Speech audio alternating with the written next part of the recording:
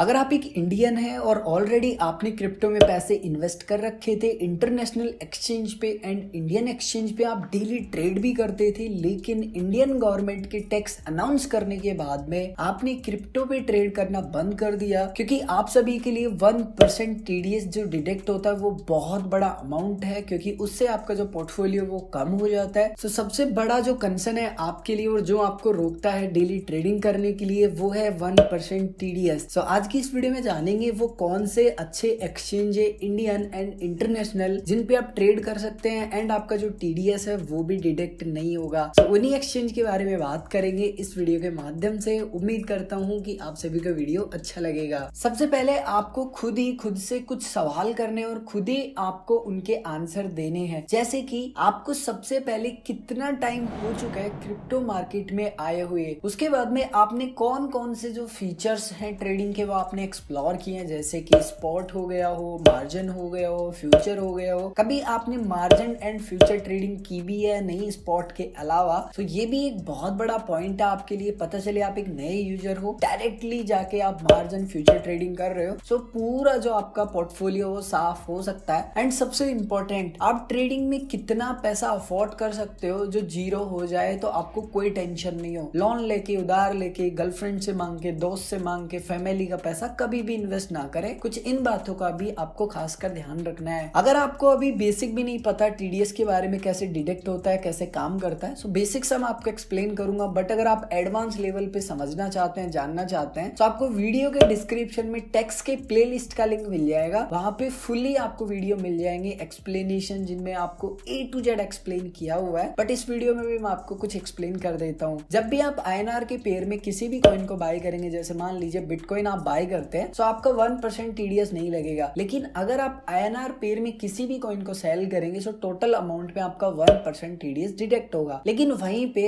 अगर आप INR में ट्रेड ना करके किसी क्रिप्टो पेयर में ट्रेड करते हैं, जैसे कि मान लीजिए बिटकॉइन हो गया, वजीरेक्स हो गया, USDT हो गया या कोई अदर पेयर, तो यहाँ पे आपका दोनों साइड टीडीएस कटेगा। आपका बाय में भी टीडीएस कटेगा एंड सेल में भी यहाँ पे टीडीएस कटने वाला है। इसके अलावा जो मार्जिन ट्रेडिंग है उसमें भी आपका टीडीएस अप्लाई होता है, लेकिन आप जितना लेवरेज लेते हैं उतना आपका टीडीएस बढ़ता जाता है। अब हमारी लिस्ट से स्पॉट गायब हो चुका है, मार्जिन गायब हो चुका है, क्योंकि दोनों में यहाँ पे जो टीडीएस है वो हमारा डिडक्ट हो रहा है। लास्ट एंड जो फाइनल बचता है वो है फ्यूचर ट्रेडिंग। तो फ्यूचर ट्रेडिंग में आपका जो टीडीएस है वो डिडक्ट नहीं होगा। सिर्फ आप जो बेनिफिट कर रहे हो उस पे आपको 30% टैक्स देना है, बल्कि आप स्पॉट में भी 30% दे रहे हो, टीडीएस भी दे रहे हो, मार्जिन में टीडीएस दे रहे हो, 30% टैक्स भी दे रहे हो प्रॉफिट पे। लेकिन पर्सनली मेरा खुद का जो मानना है वो ये है कि फ्यूचर ट्रेड उन्हें ही करनी चाहिए जो क्रिप्टो में इंटरेस्टेड हो सीखने में, क्योंकि अगर वो बिना सीखे ट्रेडिंग करेंगे फ्यूचर्स में तो अपना पैसा जीरो कर लेंगे, क्योंकि बहुत हाई रिस्क है फ्यूचर ट्रेडिंग। क्योंकि आप यहाँ पे एक तरीके से लेवरेज ले रहे हो, जैसे कि मान लीजिए आपने शॉर्ट किया और मार्केट ऊपर चले गए, आपको लॉस हो गया। मान लीजिए आपने लॉन्ग किया, मार्केट नीचे आ गया, आपको लॉस हो गया, क्योंकि नेगेटिव चली गई आपकी पोजीशन। तो वो बहुत ज्यादा इंपॉर्टेंट है कि आपको